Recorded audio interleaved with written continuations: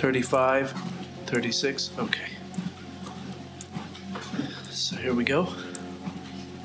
Welcome back to my Camino on a treadmill. This is my day 37, following BK Lee on his day 8, somewhere between Navarrete and Nájera, both of which I am probably pronouncing wrong. As you know by now, I'm retracing my Camino steps on my treadmill. Oh, here comes a bicycle with a bell.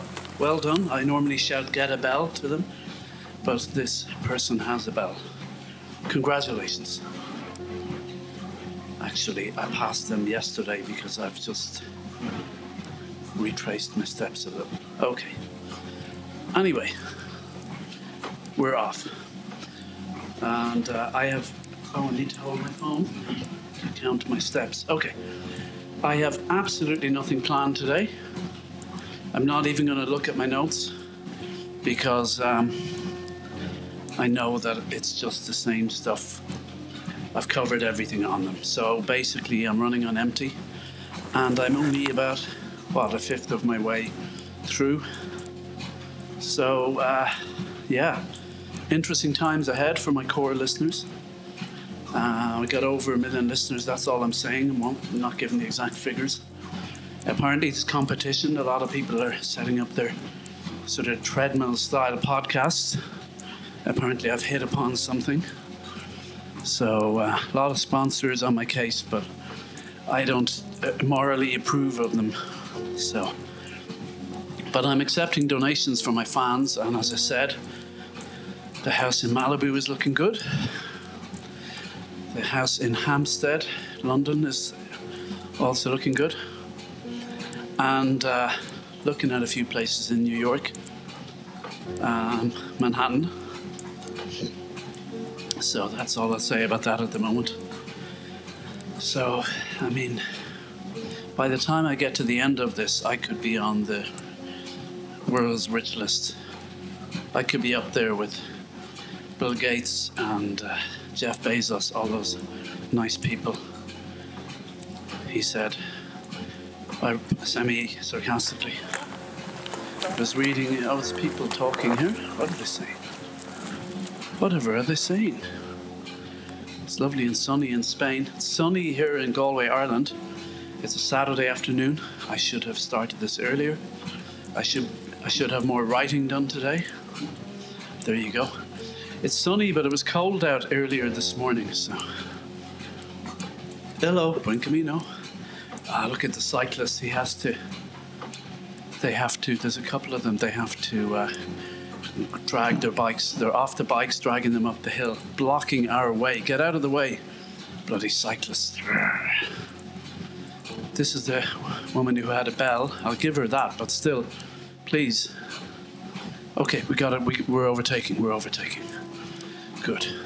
They're going to come flying down the hill on the other side, wreaking havoc in their wake. And we're overtaking another cyclist. Come on. She's given us some, I don't know, it's hard to overtake her. She's on the smooth path. We would have to walk in the steps to overtake her. I'll bump up the speed here. That should help. Yeah, that's helping. So anyway, nothing to talk about. I had something loose planned. And we're overtaking. Pole position. BK Lee in pole position here. So exciting. It's about as exciting as Formula 1, which to me doesn't look exciting at all on TV anyway. I'm sure if you're inside the car, it'll be a different story. Ayrton Senna. That's all I know about Formula 1 from that great documentary, Senna. And the time there was something wrong with the car and he couldn't change gears or something. And the vineyard's on our right here, by the way, you'd be glad to know. Buen Camino, I can't even see who he's talking to. I'm walking here. So anyway, vineyards to our right. And where was I? Ayrton Senna. Was it stuck in a top gear or something? Whatever about that his body was wrecked by the end of it. I can't even understand that, but I guess in Formula 1, you're far more... Oh, he's turning around. So see the cyclist coming towards him? Get a bell. I think they have one, in fairness. And the cyclist put me off as usual. Just move my mic there. Yeah, I don't understand that, how your arms can be so sore, but as I said, in Formula One, you're so connected to the engine, I guess. There's so little between you and the engine, and everything is pared down. I certainly don't feel that when I drive my Prius. And amazing documentary. And there was a whole kind of subtext to the documentary about his faith. He really had strong faith, and he believed it all came from God, all his talent. Which he's not the first person to believe that. What was I gonna? So I talked about the she being in Belfast yesterday, and came across another Irish actor. Oh, look at the trees blowing mad here! Wow. There goes another cyclist without a bell. Get a bell. Ding ding. Yeah, it seemed... I didn't realise it was windy until that tree was like something out of the Bible or something, to my fevered imagination. If it was on fire, that would have been more biblical, in fairness. Yeah, definitely. The tree went on fire, and God spoke to Moses through a burning tree. I've some feeling is there something similar to that in the New Testament as well? Some of the stories repeat themselves. Scholars tell me. So I hear more wind. Another tree rustling here to our left. Yeah. I walked through this area with Mark from New Zealand. And I think it was on this day I got the call that my friend Mike, that his brother had passed away. God rest his soul, John. So 4.4, I'll go up to 4.6. Let's go crazy. I had been considering trying to do these podcasts as a live thing if I could get on Bandcamp, but it's only on Apple soft hardware at the moment. But I realized, no, it's crazy because I'd have to do all this. I'd have to do live noise reduction, and also then I'd be tied to a schedule, and the whole thing would feel different. So my millions of listeners just have to download it and listen after I do a bit of work on it. But it's pretty much unedited. Really, it's just top and tail it and fix the sound. So there you go. You're getting pure, unadulterated me. And yes, I really am this boring in real life. Or interesting, depending on your outlook. Hey, you gotta hand it to me. At least I can keep talking. I mean, you know the stereotype of the silent men, silent Irish men. I'm not one of them. Mind you, they seem to be a bigger hit with the ladies than the likes of me. No, not always. I'm just a man of exquisite taste. I'm fussy. That's my story. I'm sticking with it. I know I was joking the other day about a dating site called Sloppy Seconds. I'd sign up for it, where people are just looking for, instead of the one, they're just looking for, you're ready to settle, you've given up. But no, I wouldn't. I have enough trouble fighting off suitors on. Well, I quit Bumble now. I'm off Tinder and Bumble now. I just got inundated with female suitors, and it was too much. It was overwhelming and a little risky. I thought, this is getting out of hand. Hey, Buen Camino. 먼저 하셨네요? 네? They're speaking Korean. 아, 그러셨어요? No, not translating. 아, 그래요? Yeah. 예. It's all good though. All good. 예. 아니, 인사는 못했어요. Saying, isn't this great? What a great time we're having. So, one of them saying, no, I'm sick of it. I've had enough, I quit. 그 다음 말까지 가야 되니까. BK saying, no, don't quit. 아. Keep going. 예. Keep going, my friend. 예. 부탁하겠습니다. Okay, well, I'm 예. moving on. So there we go. And he's off. Gotta love BK. He's a man on a mission. I got an itchy leg now, which is not a good thing on a treadmill. Not easy to navigate whilst podcasting. So, I do think in years to come, I'll be discovered as the lost, forgotten genius of Irish podcasting history, of world podcasting history, the forerunner of the craze for treadmill podcasting. My cat's at the door looking to get out. Well, tough luck, Bobby. You got a cat flap. There's a cat flap in the other room, but it involves him climbing up on the washing machine to get to the window to get out, leaving his muddy paw prints all over my washing machine. Nice. But he's so lazy and also regal. You know, cats have that thing like they act like royalty. Sometimes he wakes me up to let him out at 5 a.m. Crazy, right? In fairness, he hasn't done that in a while. When that happens, I keep them downstairs for a while until they learn manners. Bessie, my little one, is very well behaved, though. It's just Bobby's a brat. I know what you're thinking. He's a boy, right? Typical. No comment.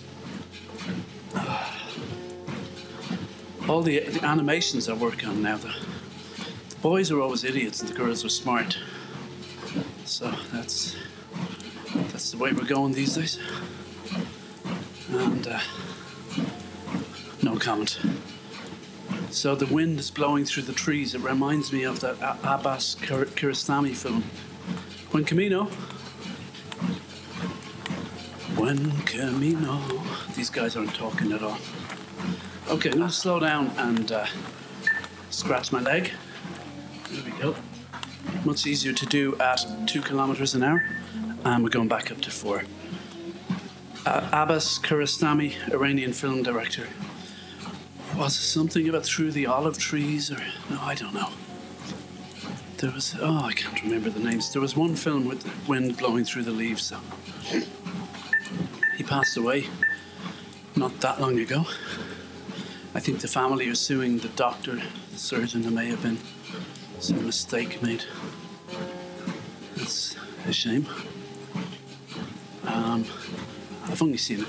I worked on a documentary about his films, but I've only seen like 2 fully that I can remember. Close Up, recommend that. And what's the one about the cherry blossoms or the cherry trees? About a guy deciding to end his life. And there was another about a director visiting the area where the earthquake happened in Iran some year, not that long, I mean about 20 years ago or something. Oh, we're going under a tunnel. Graffiti and light at the end of the tunnel.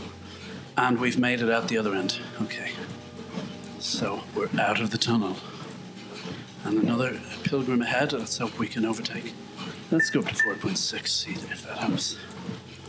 So, Kiarostami. Yeah, interesting. Close Up was based on a true court case about a man, an Iranian man, who pretended to be another Iranian filmmaker. Was it Makmal Baf or one of these guys? So this guy impersonated the film director and stayed with his family telling them he was a film director.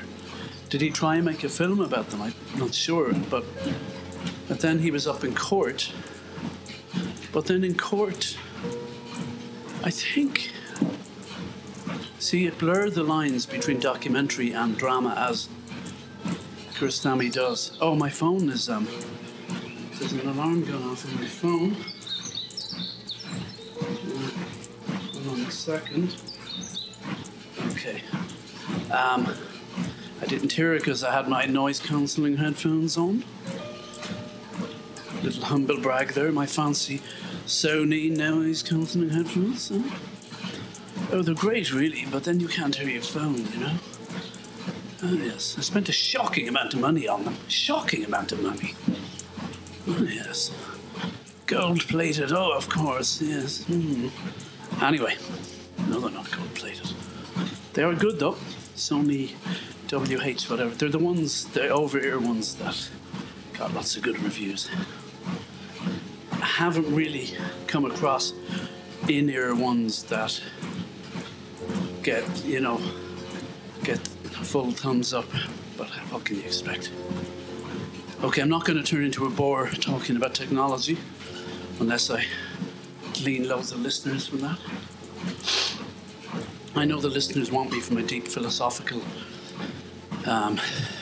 rantings and my rapier wit. So, got to give them what they want, keep them happy. So, put the fan on low there. Oh.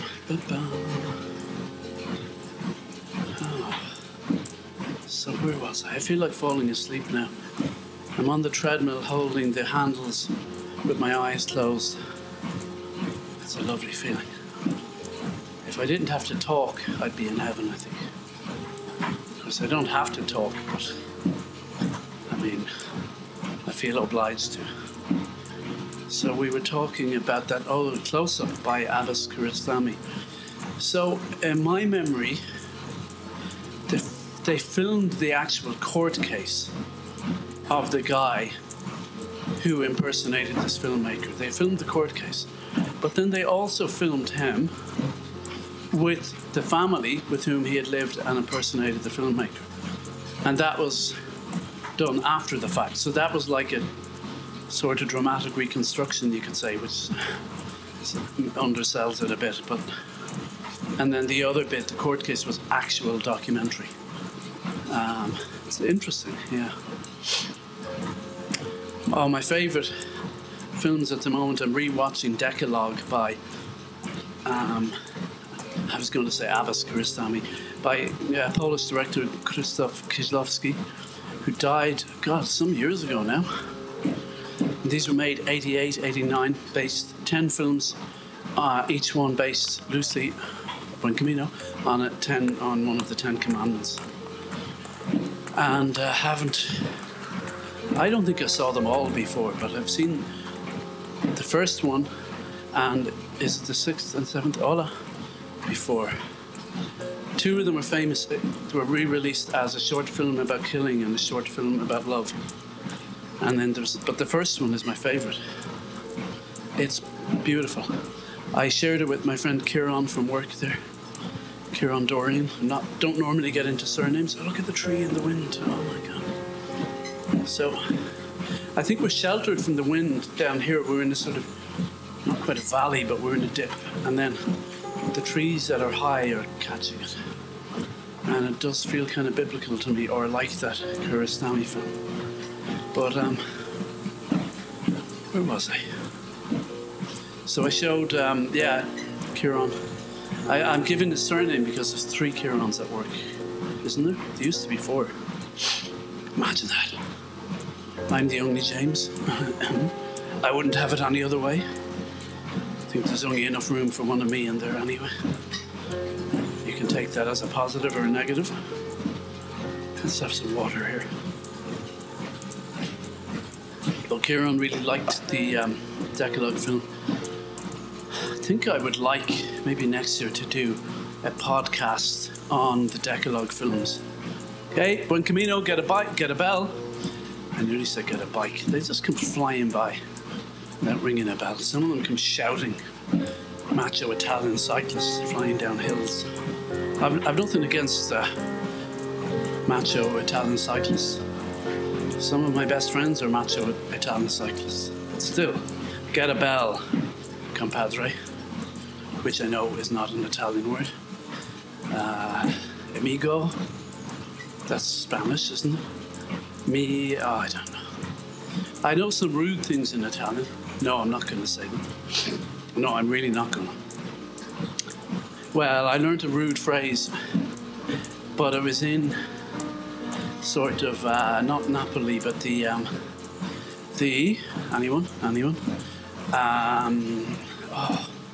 not the Riviera, but the Amalfi Coast.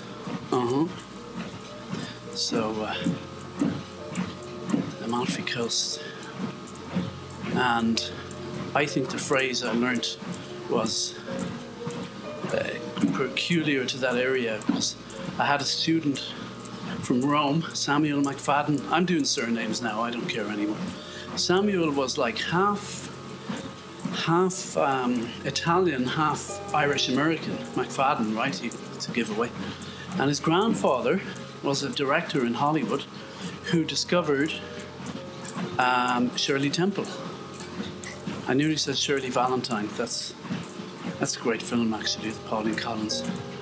But anyway, so his grandfather discovered Shirley Temple, and he ended up in the film school I was lecturing in.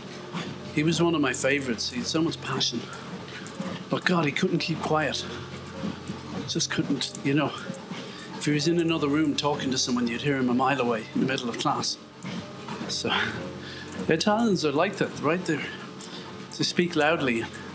Sometimes, I remember once I was in somewhere in Italy, in a square outside a museum, and there was an Italian guy, I think a teacher, with a load of school kids, and he was shouting at them. And I was looking over, and I was going, he's angry with them, you know, he's shouting at them. And then a minute later, I would go, no, he's just explaining something to them in a nice way. And then a minute later, no, he's shouting. I couldn't decide. I mean, he was shouting the whole time, but the question was he angry or just explaining? If I understood Italian, I would have had a better shot. The few rude words I know in Italian were of no use to me. Well, if I had heard them, then I would have had an idea that he was mad. So, I don't know. Like the Italian for dick, I think is cazzo. Is it cazzo or gazzo? I think it's cazzo. And the guy in the Amalfi area was saying to me, see, I think, my friend, it doesn't really make sense. He was saying the insult was, tu sei me cazzo mia, which translates as, you are my dick. I'm gonna have to mark this one as explicit. I don't care anymore. I don't care if I lose another million, so what, of, listeners. I'll gain another million. It's all the same to me. I'm just doing this for the money. I don't care about anything else. So that seems like a weird curse. You are my dick. And I told it to Samuel McFadden, my student. He was like, no, I never heard of these. And so maybe it was peculiar to the region.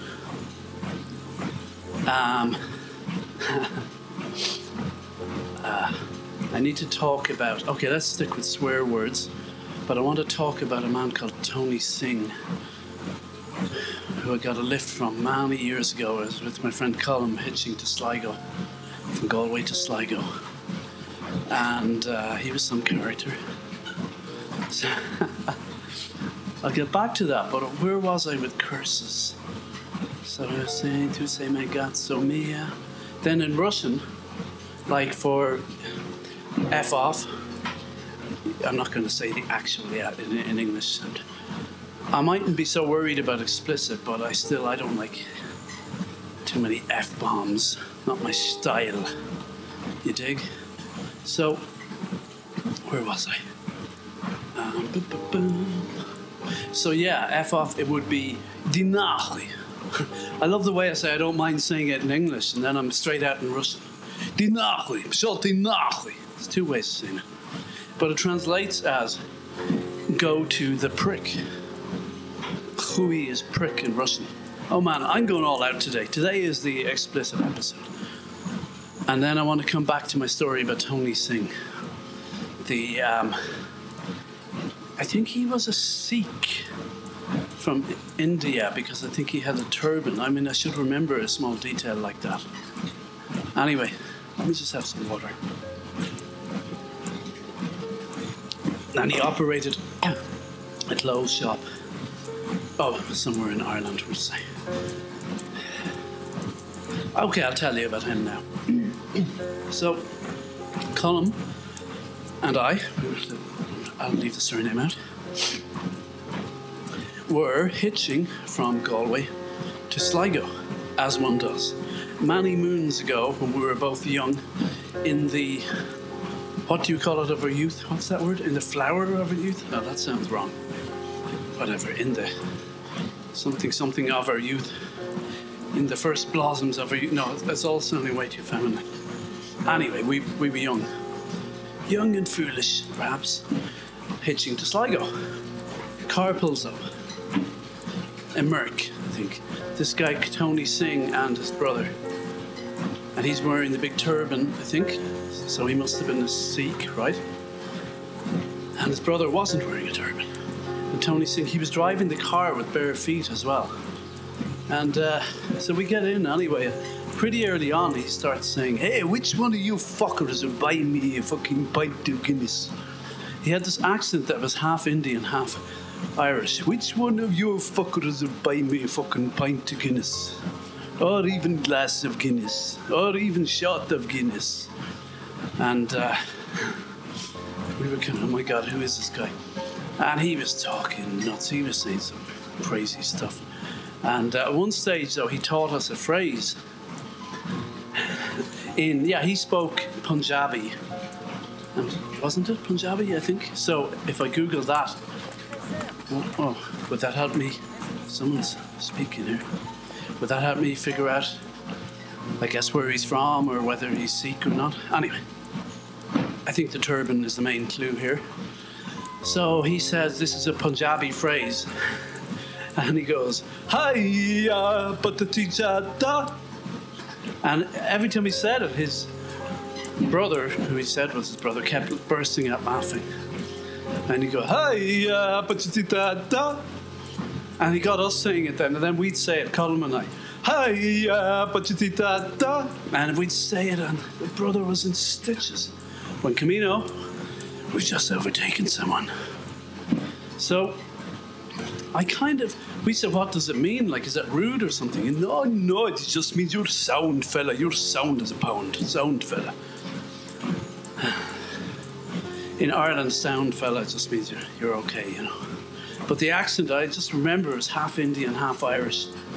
But I don't know, years later, I met someone who spoke Punjabi, and I was saying it to her, and she was, no, it's just gibberish. I don't think it was any language.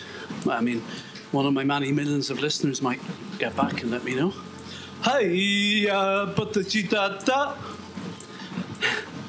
Every so often over the years, I think I sent Colm a voicemail saying that once, and I think he did it to me. After this, I'll send him a voice memo. Hiya, patachitata. Oh man, I still remember it, like a syllable for a syllable. So we stop anyway, so then we're outside Sligo town, and he gives a guy a lift, an old man a lift, and he goes, "I'll bring you into town, pops. I'll bring you into town, pops." And then he gives the guy a lift, and the guy was kind of, Buen Camino, we just overtook him. He was quite elderly and shy, you know. And then shortly afterwards, a few miles later, Tony pulls up outside a pub and he says, "Come on, well, which one of you fuckers will buy me a pint of Guinness, or shot of Guinness?" You know? And we go into the pub. Now, I don't condone drink driving. Was he already drinking when we met him? I don't think so. But we have a pint in there and a game of pool. And he left the old man in the car, like. And then the old man set off the car alarm. It's one of those things, you know, when you're young, we overtook someone again, I think, did we? Buen Camino. When you're young and just carefree, and you know, and you don't drive and you can't afford buses and you just hitch places. And you just go with the flow and crazy things happen and you go, "Oh, that was funny." I suppose I look back and I go, "Yeah, I don't know. Drink driving, wasn't nice what he did to the older guy." Anyway, the older man set off the alarm. I think he let him out, or else he came out and said, "I'll bring you into town, pops," and brought him into town. Either way, I was saying to Tony, it was like 4 times my body mass probably. We were talking somehow. We were playing pool and then talking about martial arts. I had done judo before. Yes, ladies. Another string to my bow. And I knew this hip throw move. It's called ogoshi. It doesn't sound that threatening, does it? It sounds like a polite English chap. Oh goshy, oh gosh. What's that phrase from Notting Hill? Whoopsie daisy. Oh goshy. Followed by the whoopsie daisy. Anyway, I tried to do the hip throw on him, and next thing I remember, I just came to on the floor. I don't think I conked out as such, but I just don't remember. It happened so quick, and I'm on the floor, and I don't think I just fell. I'm pretty sure I went over, his body and down to the floor. Anyway, so I attempted to demonstrate my yoga moves, and all I know was whatever jiu-jitsu or voodoo he pulled on me. James Finlan, 0. Tony Singh 1. Congratulations. Reminds me of fencing. I tried fencing once, which was research for a book. Buen Camino, get a bell, ding ding. Bloody cyclists, get a bell, get a bell. Arrgh. So, where was I? Cyclists always put me off my stride. I know I should be more understanding, but I'm not. Hi-ya, ba-chi-ti-da-da. Everybody now, come on. Hi-ya, ba-chi-ti-da-da. Sound levels went a bit high there. Hopefully they won't distort. Right? What? So, Tony Singh. Anyway, he brought us into town pubs. And that was the end of that story. Never saw him again. Now, where else were we? We were at Tuse Mekatsomia. Dinachui, which is Russian for F off, which literally translates as go to prick. Sounds weird to our ears. It comes from, there's another Russian, a milder swear phrase, idi k chortu. I think that's how it's pronounced, idi k chortu, which means go to the devil, which I think we have something like that too, don't we? Go to the devil. But so then the modern one is go to the prick, the rude version. So hui is prick, okay? So then you say, dinachui, go to the prick. F off. Okay, fuck off, that's what it means. That feels weird for me cursing on this in English. In another language, it doesn't sound as bad to my ears. But cursing is like in Russia, it's really frowned upon in certain circles, like more so than here. More so, I know, like, if I went to South Kensington and started swearing like a sailor, probably wouldn't go down well. But I think there's parts of Russia you swear you could get beaten up. Like, that's so I hear. I didn't test it. I do remember once though, when I was in Russia, been given this. Had this with these Russian guys. We drank this 96% volume alcohol. 96%, yeah, volume. I mean, can you imagine? That's what it said on the label. Like that was the main advertisement for it. We mixed it with water. I think it would kill you otherwise. All I remember was being drunk, going on the metro, smoking on the metro. That's serious over there. You can get, if the metro cops caught you, they'd bash you on the head. They'd probably break your nose with the truncheon. I've seen it happen, and throw you in a cell. And I mean, that's how drunk I was. But that 96% volume stuff, I just seem to remember you'd get drunk and then sober up quickly, I think. But we ended up in a nightclub, and it was kind of a fancy sort of nightclub. I don't know where we got in because we were foreigners with dollars, but it was sort of elitist. But there were kind of gangster types there and everything, and armed security guards. Like a far cry from the Warwick Hotel in Galway, where I used to hang out on the weekends. courting the ladies. Courting the ladies. Yeah, right. I was far too shy. Oh, I was far too shy. I was just courting them in my imagination. Courting. We don't use that word anyway. So I'm in the nightclub in Moscow. And it was, definitely some mafia types in there. As I said, armed security. It wasn't one of those ones where they would have women in cages. Because there were, I wasn't in one of those, but I heard about them. I don't know, you could pay to get in the cage with her or something, or were they fighting in them, or I don't know. Strange. And yeah, not nice, obviously. But this nightclub, I remember I was just parched. And I don't think I drank much more there. I was just parched though. And two or three times I went up to the bar and they had cartons of orange juice behind the bar that they would have been mixing with vodka or whatever. And I'd walk up and I'd just, when no one was looking, grab a carton of orange juice and just walk away and knock it all back. I did that at least twice. I mean, if I got caught, I mean, I would have been turfed out, but I'm pretty sure I would have had the crap beaten out of me too. Like, seriously, it was... different rules apply over there, or did then anyway. And I remember I was crouching down talking to someone at a table, and I was probably being loud, but I was also bumping into this guy, a gangster type, and he spoke kind of like Joe Pesci in Goodfellas from my memory, but I was like, hey, you know, do you mind, get out of my space or whatever. But I just, even though I was quite drunk, to say the least, from drinking this 96% volume alcohol, I knew, just a survival instinct, do not mess with this guy. Do not mess with this guy. Seriously.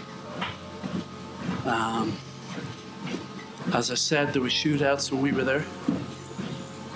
I knew a guy there who was murdered, not when I was there, but after. Mafia. The head of our college, her son was murdered by Mafia. Now, there's more than one Mafia. Buen Camino, we're passing two cyclists who stopped. Three cyclists. Yeah, there's a Georgian Mafia. We used to go to a Georgian restaurant near Park Kulturi metro station, which I think was in the south of Moscow. We were in the north. I'm just going by the metro map, so I'm not sure how accurate that is. And sometimes we would end up eating with these kind of gangster types. They were really nice to us. They liked the Irish. At the time, I just go, it's an adventure. I look back and I go, well, what are you going to do? You're going to pick a fight with them? You'll end up dead. And you know, they were pleasant to us, but you just know, like, people like that, they're not up to any good, you know. I think, from my understanding, it's hard to have money in Moscow without either being corrupt or certainly paying, you know, protection money. Well, that's my understanding, shall we say. So I got about 20 minutes to go here. Let's go down to 4.5. Drink some water. I'm glad I did this today.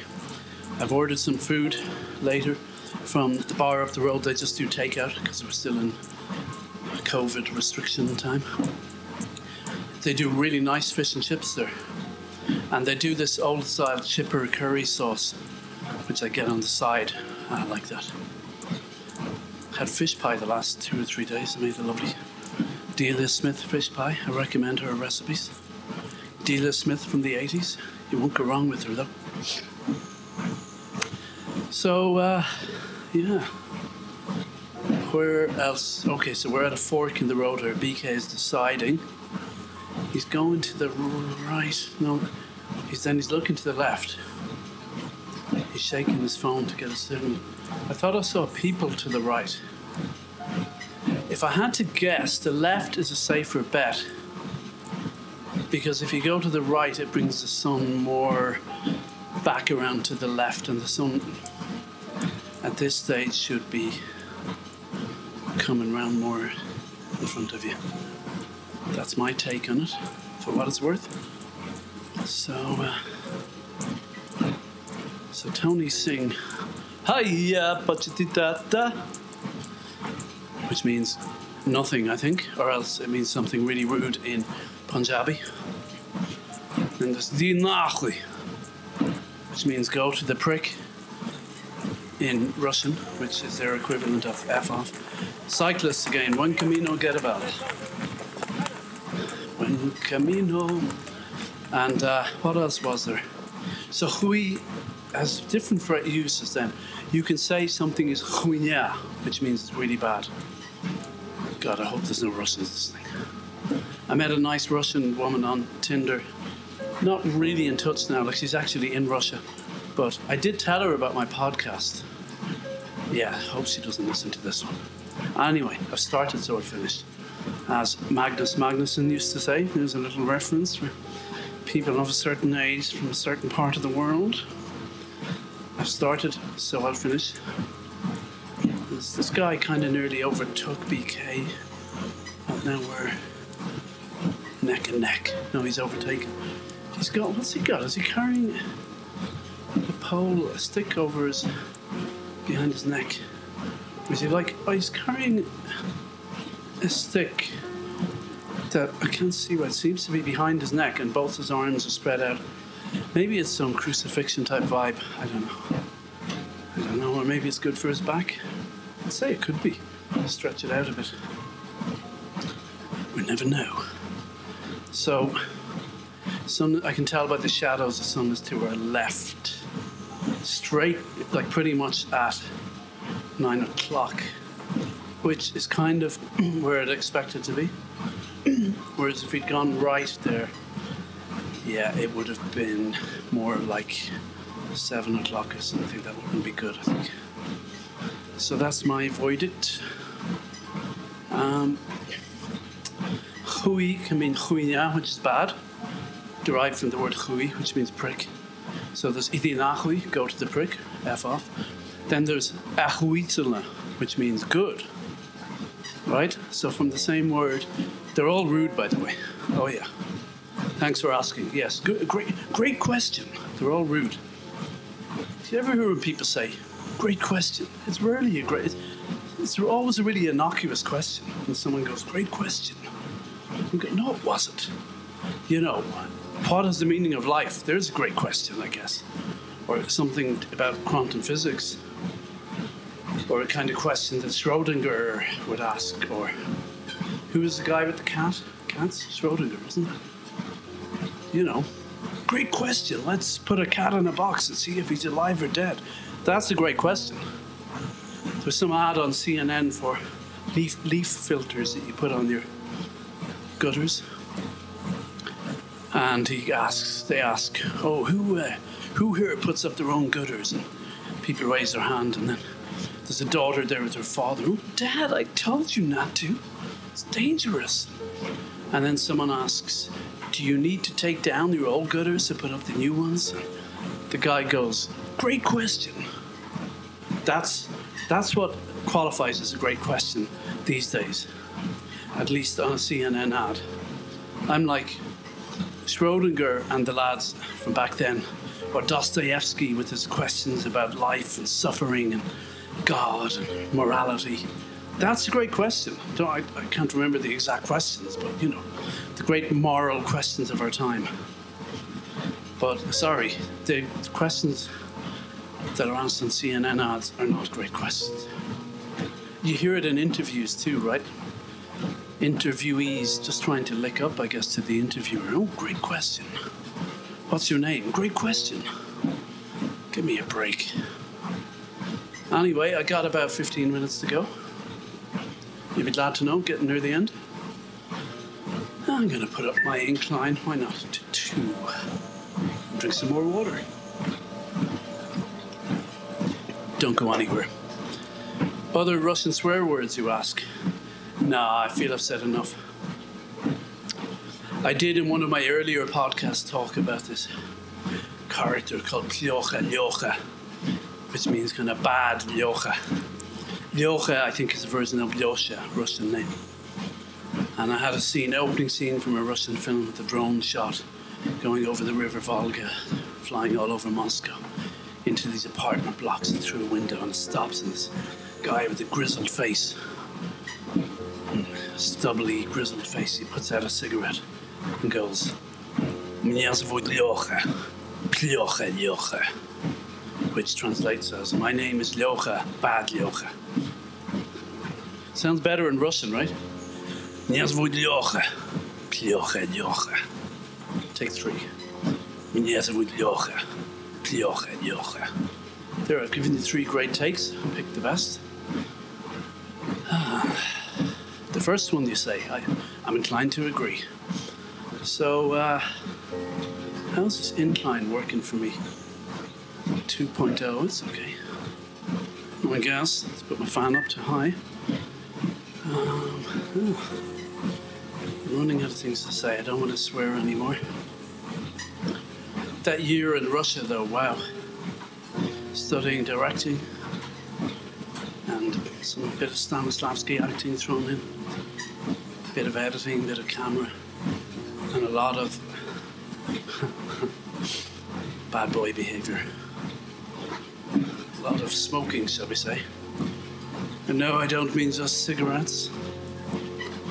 Though the cigarettes were cheap there. I mean, for us, with foreign currency, I mean, yeah, it was such an imbalance. I don't want to be blasé about that. Like, American cigarettes were cheap for us compared to here.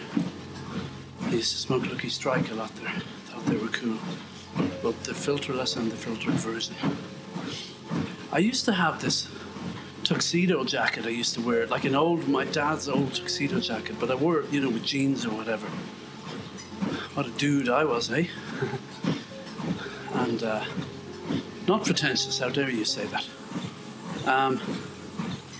And I'd have, in the inner breast pocket, I could have like Lucky Strike in one pocket, Marlboro in another. But yeah, which made me a kind of brat. Not that I was rich, but just by Russian standards. Well, it seems to me we, the foreigners, were like the middle class there. At the time. There's a much greater middle class there now than before. I'm given to understand. I dream I'm back there sometimes, and I always feel nostalgic afterwards. I should really go back sometime. Oh man, what I really want to do is the Trans-Siberian Express. Of course, originally it would start in Kiev, but wouldn't it? Does it go further away than that? Definitely can get it from Kiev, but with the war and everything, I don't know. And then you go all these places, but I know Siberia and that Ekaterinburg, where the Tsar and his family spent their last weeks. I have this young adult book I'll probably return to that would involve the Trans-Siberian Express and Ekaterinburg and a mysterious city called Solaris in northern Siberia, where some atomic test went wrong. The name inspired, of course, by this novel by Stanislaw Lem, a Polish writer. Famous film of it made by anyone? Correct, Tarkovsky. And then, of course, no, you're all thinking of the one with George Clooney, made by Steven Soderbergh, I believe. There is also a Russian TV version of it you can get on YouTube. The novel was my favorite, though. Got it as an audiobook. Some of you will be dismayed to hear. Yes, I listened to the words instead of reading them. How bold was that? Well, I mean, I can't read, so what do you expect? But I'm going to put my incline back to 0 and get bored with this whole incline malarkey. Getting close to the end, that's good. 10 minutes to go about. And nothing to say for myself. Let's see where I am in my health points. My heart points. I should be well over my limit now. And I've got the audiobook there on my phone. My Struggle, Book 2, A Man in Love, Karl Ove Knausgård. Highly recommend. What am I looking for? Google Fit, don't go anywhere. So 46 heart points today. 179 out of my 150. Heart points are anything over, I think, 3 miles an hour. So, which is around 4.6 kilometers. I'm going down to 4. I'll go to 4.4. We're basically slowing down now, coming near the end. If any of you are listening to this to fall asleep, I'll keep things calm now. I'll stop swearing in multiple languages. Though there is a Cantonese one that comes to mind. Dubalano, no. Dulalamo hai. And then Dubalano leoma fahai. I'm not going to translate those. They are filthy. And I'm probably pronouncing them wrong, so any listeners who speak Cantonese probably would say he's just... That's up there with... Hiya, pachititata. Tony Singh. What a guy. So, yeah. Coming up to 8 minutes to go. And it's just on a long, flat road here. Will I meet Julia from Rome along the way? Stay tuned. Find out. What else? Yeah, this whole COVID thing is getting to people. It's not, lockdown and people not going out to pubs and stuff. It hasn't made a huge difference to me because I kind of was isolated before that, which isn't necessarily great. But at least I'm able to be on my own. I think when COVID is over, all the unpopular people with no friends will be left standing. Then they'll come to us and ask us to run the country. And I'd be like, oh, now you want me. I'll think about it. So, somebody made a comment there to BK. I didn't quite catch it. BK laughed. Must have been humorous. There's agricultural machinery on our right in the vineyards. There's more people kind of walking around. Are they? It's a pilgrims talking to the vine farmers. If that's the right term, vine farmer. Ah, yeah. And we're off. We're in pole position. And it feels good, my friend. Have some more water here. Looking forward to my fish and chips. Will I have them with beer or will I be good? Well, maybe a can. I might get some. I need to write though as well. I really do. A deadline tomorrow. I've hit 5,000 words, but now I need some more, and they cut them back. I wanna make a good submission tomorrow now. I'm enjoying where the novel's at the moment. It's just flowing a bit better, and I'm kind of beginning to figure out what it's really about. And as I've said a few times here, the romantic plot seems to be a B plot now. I had him proposing at the start, and then this kind of hiatus, and then it was meant to end with a second proposal to the same woman, Helen, but she's not. I was meant to have him living with her after the first attempted proposal, and then that wasn't working out. I don't know, she's just not materializing for me, but I may have her. It's this ex-Amy from Ireland seems to be becoming a bigger thing. And it's also just about a guy working who has the dream of getting into the film business and then works and it ends up editing daytime TV shows and goes, what am I doing with my life? Not autobiographical because in some ways, yeah, but just not in terms of my current job. And I'm not just saying this on advice from my solicitor, but my current job is not a job from hell at all. I had some other jobs that were more, quote, exciting, unquote. But some of them, dickheads you have to deal with. And there's nice people in the film business too and TV, but you do deal with just egos, you know. Directors with their fragile egos. And as I say, if you ever watch editors at making their acceptance speeches at the BAFTAs or Golden Globes or wherever, do editors get Golden Globes? I don't know, but I saw someone at the BAFTAs and no one gave a damn until she mentioned the producers or the directors' names, you know, and then it's, oh, everyone's clapping. Oh, man. Of course, basically, the character in the book is a bit like me. He wants to be something more than this, you know. I haven't even really edited daytime TV, except for a little bit. But doing a lot of that, ooh, it's hard. Another thing that's allegedly hard, like the way I put that in, working with talentless directors, I'm led to believe is difficult.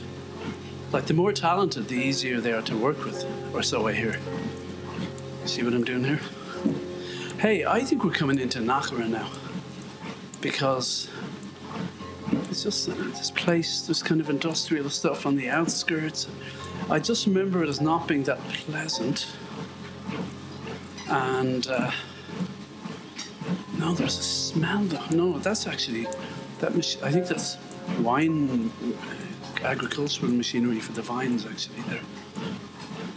I just remember a smell of like rotting meat or fish or something. Well, it wouldn't be fish, rotting meat I guess in Nachara.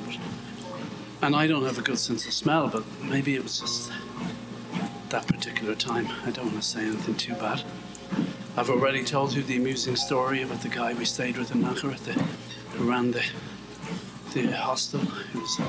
I think he just hated pilgrims. He was shouting at us, "No, 1 key per person, 1 key. No." He's just shouting at everybody. And all I could do was laugh. So anyway, bum, bum. You know, sometimes you're tired and you know you shouldn't laugh, but it's all you can do. It's one of those situations. So we've got a heap of kind of something on the right, cement, or I don't know. I'm not good at describing these things. And we're coming to a main road and a heap of stuff to the left. Yeah, it's like stuff you'd see in docklands. Like, I don't know what it is. Sand, cement, that kind of thing. Concrete. I don't even know the difference between cement or concrete, or if there is one. Now we're veering to the left. Yeah, which is right, of course. The left is right, if you catch my drift.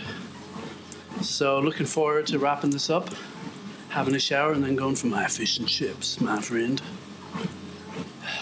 Yeah, and then writing. And then if I'm a good boy, get enough words done, I might watch the Tommy Tiernan show tonight, which will give me something to talk about tomorrow.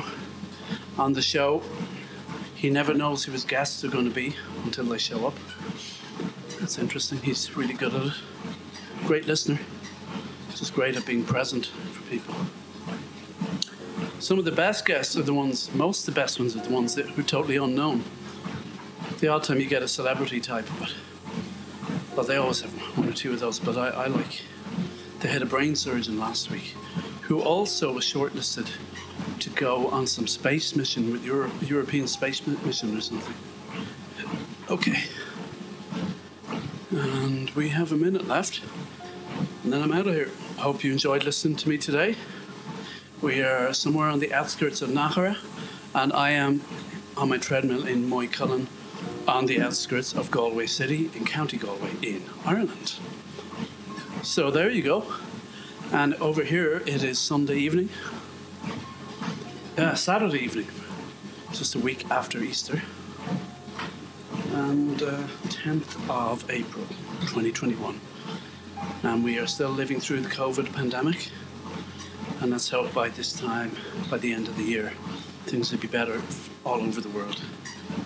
In that regard and other regards. Okay. So we are coming up to 5, 4, 3, 2, 1. Happy New Year. Okay. Buen Camino. God bless. Good luck. Talk to you tomorrow.